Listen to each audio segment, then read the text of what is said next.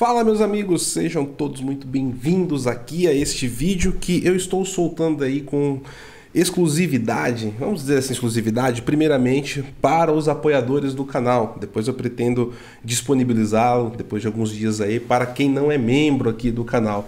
E se você ainda não é membro, então ó, tem um botãozinho aí embaixo, seja membro. Você pode aproveitar aí conteúdos antecipados e muitos são exclusivos aí para os membros, tá? Então vai ter conteúdo que somente os membros vão ver.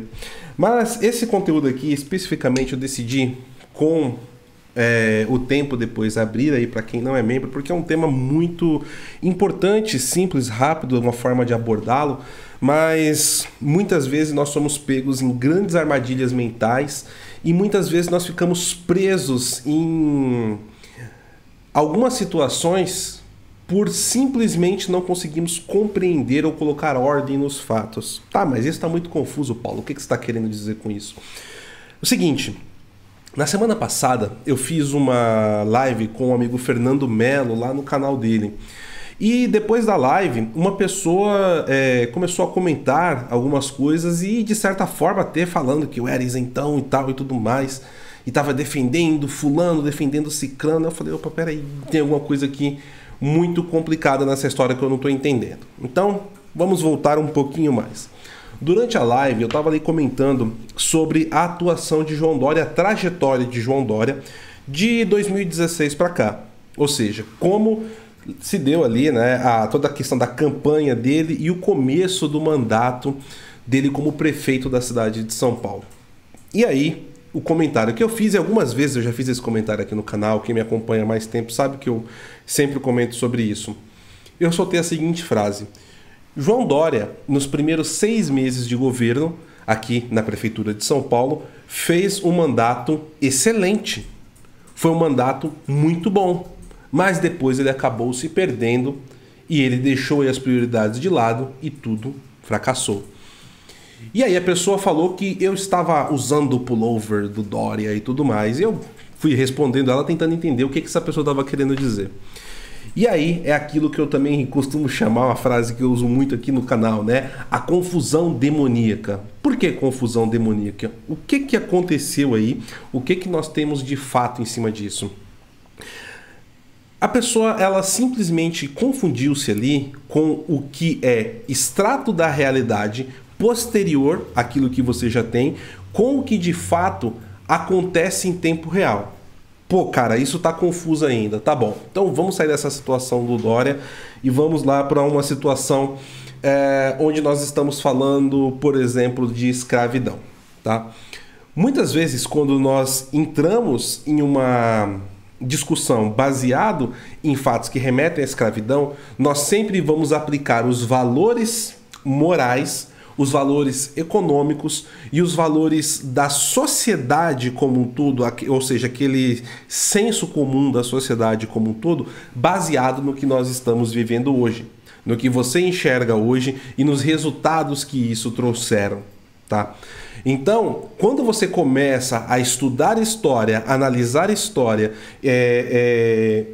fazer pesquisas, qualquer tipo de intuito que você tenha, baseado no pensamento que você tem propriamente dito hoje, pura e simplesmente usando isso como balança moral das suas opiniões ou da conclusão que você vai tirar a partir daquilo, você já começou errado, né?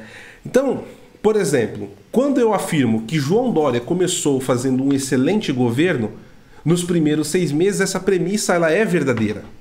Nos primeiros 6 meses de governo, ele fez ali vários projetos, como Cidade Linda, como o Corujão da Saúde, etc., que zerou a fila para exames médicos que eram feitos durante a madrugada para poder acelerar a fila, etc., etc.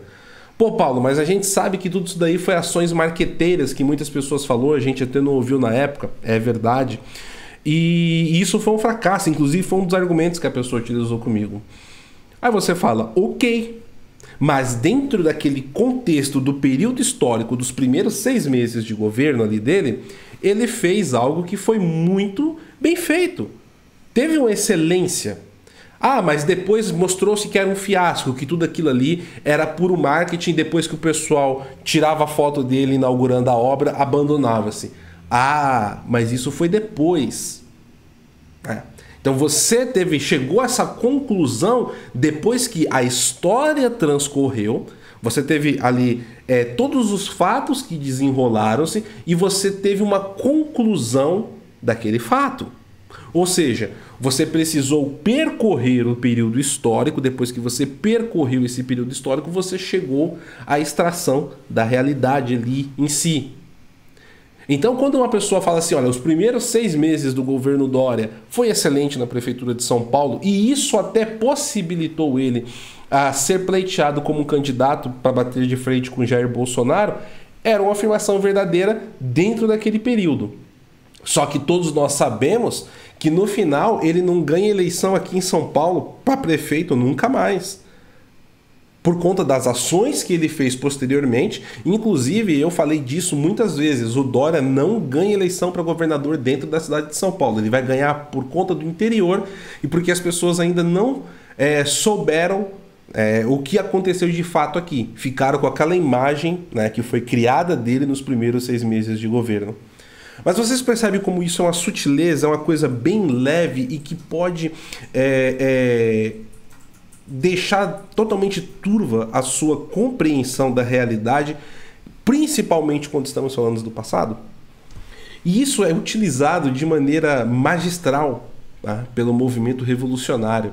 E quando nós começamos, por exemplo, a resgatar os fatos históricos, como tem sido feito por diversos canais, diversas empresas, eu até posso citar aqui o Brasil Paralelo como exemplo, o pessoal da Even Films, eles chamam isso, agora é a era da pós-verdade, que estão querendo mudar a história.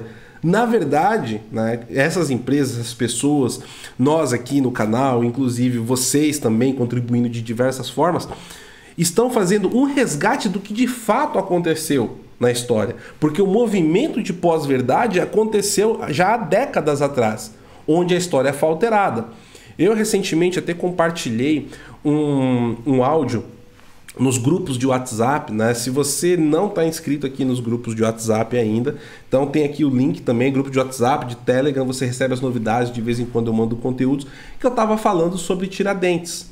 E por que Tiradentes ele é visto como um herói nacional republicano, quando na verdade ele foi uma bucha de canhão de um movimento subversivo que queria separação, né, através da Inconfidência Mineira, queria separar Minas Gerais do restante do Brasil, né, e no caso da coroa portuguesa ainda no período, e queria transformar Minas Gerais numa republiqueta.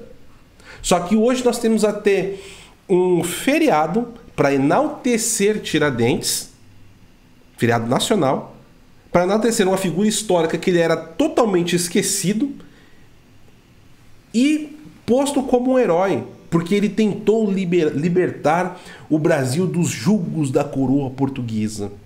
Aí você vai pesquisar um pouquinho mais para ver qual foi o processo, como que isso foi feito, como que isso se deu, você vai ver uma grande estratagema republicana, inclusive de tentar aproximar a figura de Tiradentes à figura de Nosso Senhor Jesus Cristo. Porque eles queriam consolidar a República e destruir o que a população tinha de bom no imaginário do Império Brasileiro. O Império Brasileiro, que vale ressaltar, foi derrubado na calada da noite e contra a vontade popular. Então, vocês percebem como a coisa funciona? Se nós pegarmos aí, por exemplo, hoje, enaltecer Tiradentes seria mais ou menos o mesmo que enaltecer Marighella, que enaltecer Carlos Lamarca, Dilma Rousseff. Os atos que todos eles fizeram nos anos 70, não, eles estavam fazendo isso em prol do povo, estavam lutando pelos menos oprimidos, estavam lutando contra uma ditadura. Não, eles queriam implantar uma ditadura. E aí você pode escolher o sabor que teria, stalinista, maoísta, né? Você tem os trotskistas também, mas no fundo, sempre movimento revolucionário de esquerda e, como não, sim, comunista. Então, meus amigos, sejam muito atentos a isto. Quando vocês forem estudar qualquer período histórico, nunca coloquem o peso da realidade do que nós temos hoje no que você está estudando naquela época, porque você vai deixar turvo o pensamento daquilo que você está estudando. Você precisa entender o que estava acontecendo naquele período, entender todas as relações do entorno, e aí, depois que você tiver o entendimento, entender o aspecto cultural, atemporal e tudo que estava acontecendo dentro daquele contexto do seu período histórico, aí você vai extrair dali quais são as lições, né? E aí vem uma grande lição que nós aprendemos aí do conservadorismo: sentar nos ombros dos gigantes. Antes de você abraçar qualquer ideia, antes de você ver qualquer ideia mirabolante, olha para trás, veja o que aconteceu e a partir daí você vai saber se vale a pena tentar ou não tal possibilidade ou tal ideia. Não aceitar tudo e abraçar de uma vez por todas. Mas sim, é necessário você entender todo o contexto histórico do que estava ali no entorno. Bom, meus amigos, espero que vocês tenham gostado aqui desse material. Se você gostou, deixa o like, por favor, comente. Comentar é muito importante também para ajudar a engajar esse vídeo e ele chegar a cada vez mais pessoas. Lembrando novamente que se você também quiser ter acesso a conteúdo exclusivo como esse e outros que só ficam restritos aos membros, você também pode associar-se aqui ao canal, né? Entrar para o clube de canais através do botãozinho aí, seja membro. Tá certo, meus amigos? Então eu fico por aqui, fiquem todos com Deus e até a próxima.